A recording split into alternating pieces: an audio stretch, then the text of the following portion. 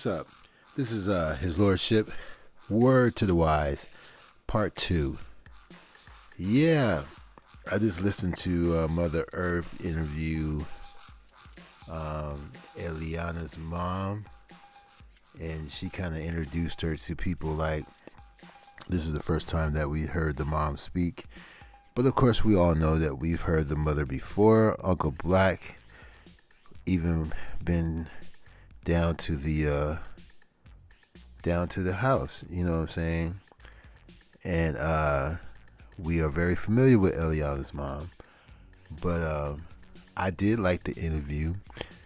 And after the mom made her introduction, you know, the first thing she did, her first monologue or diatribe, I think that she had said enough from that point on. That introduction was enough right there. Anything after that introduction and her plea to her daughter was just water under the bridge. But of course, everyone's a critic. You know, a lot of people wish they had that interview.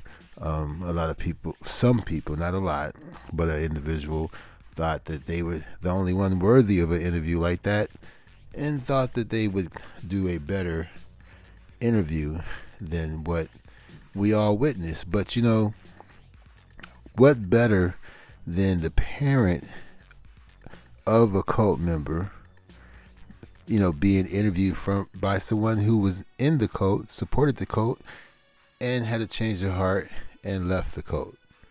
So that interview was more relevant and more pertinent because of the relevancy of the people involved, instead of an outsider who,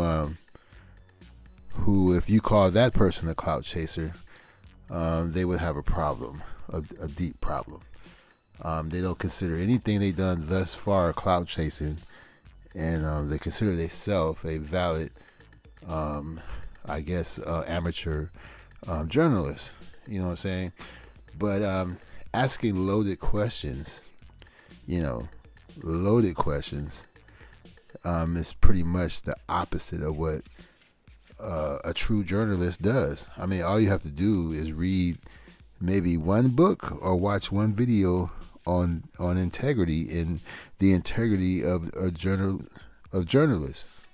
You know, they have a code. They have a code that they live by. That's why some journalists get what's called a Pulitzer.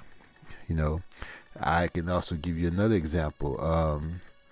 Kill the Messenger is a great example of a true journalist who gave his life for his story.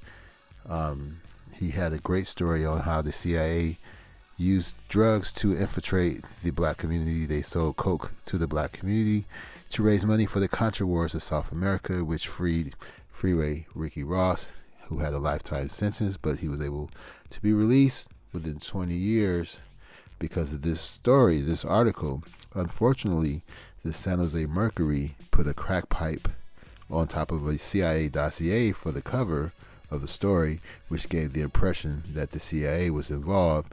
And this journalist, 7 years after that story, they said he committed suicide, but it looks suspicious to me because he shot himself in the head twice. They spent 7 years ruining his life so they would have a cover story, and all of a sudden they discovered his body where he committed suicide. The same newspaper company that put that article out made him transfer to a different office, but they was the ones that came up with the cover art, so they the one that put his life in jeopardy. And he had received the Pulitzer. There was a ceremony, and he turned it down. He said, "You can have your award. You can have it back. I don't want it." You see what I'm saying? A true journalist.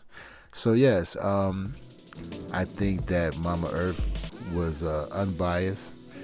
She had no agenda, and I think she did a good job. All right, Word to the Wise, Part 2.